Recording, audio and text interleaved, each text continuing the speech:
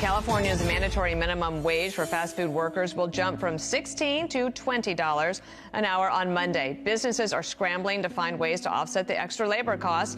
They say in many cases, customers will just end up eating the difference. But LA restaurant owner Angela Marsden, she's got a lot of concern about this and about her friends and their businesses, and she joins us now. Angela, when I was reading some of your thoughts about this, I have to say I felt heartbroken by it because I know what it takes to be a small business owner. Although I've only had a small business on my own for a little while, it's a lot. All of that responsibility, all of that worry, and this just feels to me like you're on a knife's edge right now on whether you can continue. Dana, those of us that are still here are lucky to even be alive from COVID. We are the ones that were strong enough to be the mom and pop shops that survived COVID. And now we're hit with this. And it directly impacts the small businesses. And for people to think it doesn't is crazy. We have massive layoffs that's going to happen. I actually have a friend, his friend has 7 McDonald's. She's a franchisee's owner. She's going to be closing 4 of them. So we're going to have massive layoffs, massive job losses. And when it comes to being a mom and pop shop, if you can get $20 an hour dropping fries at McDonald's, what do you expect you want me to pay to make a nice meal or a nice hamburger? My hamburger currently is going up to $20-some an hour. Reddit is $25 for a hamburger, a fries, and a soft drink.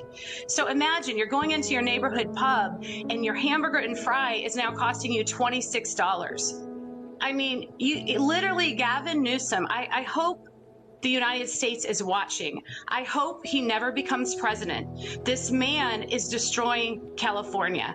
I don't understand why people can't see that he's the biggest trickster of all time. He literally is saying, I'm going to help everybody. I'm going to give them $20 an hour. And now they're getting laid off. They're losing their jobs. And by the way, who's paying for it? It is a silent tax on the public. The public will pay for the unemployment of the people that are let go.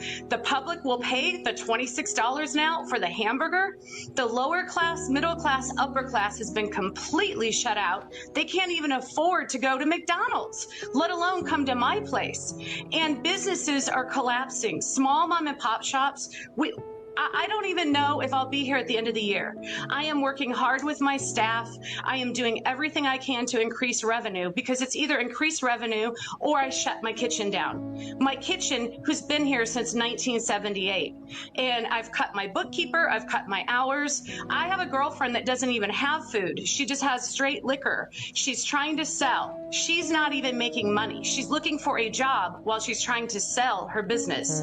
It is literally making way for corporations and big conglomerates. People with a lot of money will be able to have a business, but your mom and pop shops, they're not going to exist. And Dana, that board I'm being told that he put to oversee is planning on getting the minimum wage up to $25 an hour in 2 years. People need to wake up. This is like when you go out to the circus and the guy has a big fancy trick he's showing you. Meanwhile, somebody is stealing all the money out of your pocket because this tax is being passed on to the consumer. It is a silent, hefty tax, and it is creating a wealthy and a poor. We have no middle class left. And I don't know. I don't know what LA is going to look like a year from now, or 2 years from now even. All the mom and pops, are we still going to be here? Most of them I talk to are not making SBA payments. So by the way, taxpayers, now the SBA loans are going to go in default, and that's going to be on the taxpayers too. So I don't know the end game here, Dana. I don't understand.